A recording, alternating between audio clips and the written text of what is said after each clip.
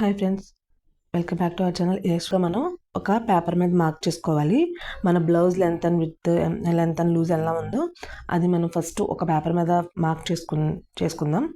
First hand length వచ్చేసి 6.5 inches, అలానే loose వచ్చేసి 5.5 ఇంచెస్ ప్లస్ 2 ఇంచులు ఎక్స్ట్రా ఖర్చు కోసం అండి.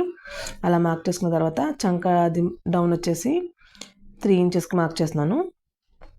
అలా మార్క్ చేసిన తర్వాత మీరు ఇక్కడ 1 ఇంచ్ దగ్గర నుంచి అలా ఏ విధంగా అయితే మనం హ్యాండ్ షేప్ని మార్క్ చేసుకుంటామో అలానే మార్క్ చేసుకుని ఆ లూజ్ దగ్గర నుంచి ఎక్స్ట్రాకి అక్కడ కట్ అది అంతుంది అక్కడి నుంచి ఒక గీత గీసేసుకోవాలండి. ఇప్పుడు మనం ఒకసారి నేను చంకని లూజ్ని చెక్ చేస్తున్నాను. 7.5 ప్లస్ 2.5 వచ్చింది.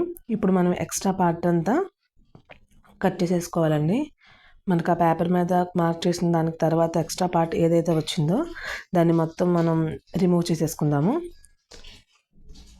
ఇది ఇప్పుడు చాలా ప్రెజెంట్ చాలా ట్రెండింగ్లో ఉన్న హ్యాండ్స్ అండి. చూడండి, మీకు విత్ ఇన్ 5 మినిట్స్లో అయిపోతుంది.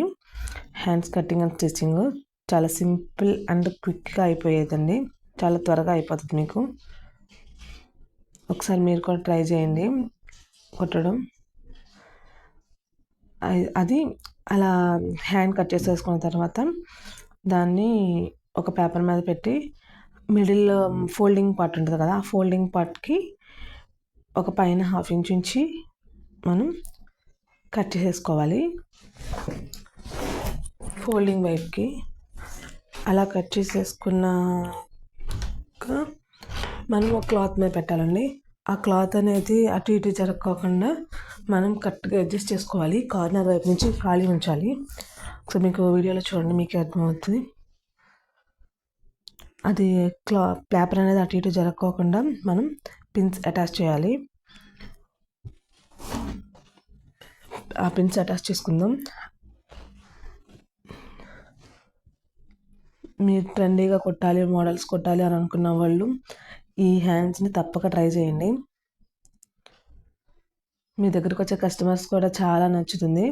అదిగోండి, అలా మనం పిన్ చేసేసుకున్న తర్వాత మనం ఒక మార్కర్ తీసుకొని దాంతో ఆ పేపర్ చుట్టూరు ఒక లైన్ గీసుకుందాం. అలా లైన్ గీసుకున్నాక ఆ లైన్ మార్కింగ్ పెట్టి మార్క్ చేసుకున్న దాన్ని బట్టి మనం కట్ చేసేసుకోవాలి. అదిగోండి, ఇప్పుడు ఆ పిన్స్ని రిమూవ్ చేసి ఆ యొక్క పేపర్ని తీసేసి క్లాత్ ఉంది కదండి, ఆ క్లాత్ దగ్గర కరెక్ట్గా మనం ఫోల్డింగ్ పెట్టుకుని అది చూడండి అటు ఇటు జరగకోకుండా. మళ్ళీ మీకు లూజు టైట్ సరిపోదు అటు ఇటు కానీ జరిగితే. ఇప్పుడు మనం ఆ పేపర్ ఉంది కదండి, ఆ పేపర్ని దాని మీద ఒక్కసారి మనం పెట్టుకోవాలి. పెట్టుకుని పైన మనం ఎంతవరకు అయితే కుట్టాలో అక్కడికి ఒక గీత గీసుకుందాం. మీకు ఆల్రెడీ ముందే మార్క్ చేస్తే ఏం పర్లేదు, అక్కడ వరకు కుట్టేసేయండి. లేదనుకుంటే ఒక్కొక్కసారి మీరు మార్క్ చేసుకోండి. ఇప్పుడు నేను మళ్ళీ మీకు ఇంకోసారి చూపిస్తున్నాను. కింద నుంచి పేపర్ పెట్టుకుని ఎక్కడి వరకు అయితే వచ్చిందో అక్కడ వరకు కరెక్ట్గా వచ్చింది కదా, అక్కడ గీత గీసుకొని పైన కార్నర్ దగ్గర నుంచి ఆ గీత వరకు ఆ లైన్ వరకు మీరు ఒక స్టిచ్ అనేది వేసుకోండి. ఈ లైన్ దాటి లోపలికి రాకూడదండి. కరెక్ట్గా కార్నర్ దగ్గర నుంచి ఆ లైన్ వరకు అయితే మీరు క్లాత్ని అడ్జస్ట్ చేసుకుంటా ఒక కుట్టు అయితే వేసుకోండి. అలా వేసుకున్న తర్వాత ఇప్పుడు దాన్ని ఓపెన్ చేసి తిరగేస్తే మీకు తిరగేసి పెటల్స్ అడ్జస్ట్ చేసుకుంటే రోజ్ హ్యాండ్స్ అనేది వచ్చేస్తాయండి.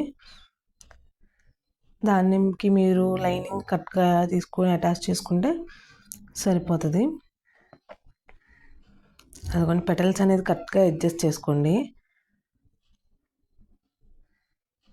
అదిగోండి, చూసారు కదా, పెటల్స్ అనేది కరెక్ట్గా మీరు అడ్జస్ట్ చేసుకుంటూ ఒక సూది దారం తీసుకొని ఆ పెటల్స్ దగ్గర కూడా చిన్న చిన్న టక్స్ ఇస్తే అది అనేది మీరు ఎన్నిసార్లు బ్లౌజ్ కానీ హ్యాండ్స్ వేసుకున్నా సరే మీకు అది ఫ్లవర్ అనేది షేప్ అవుట్ అవ్వకుండా ఉండిద్ది, కరెక్ట్గా ఉంటుంది.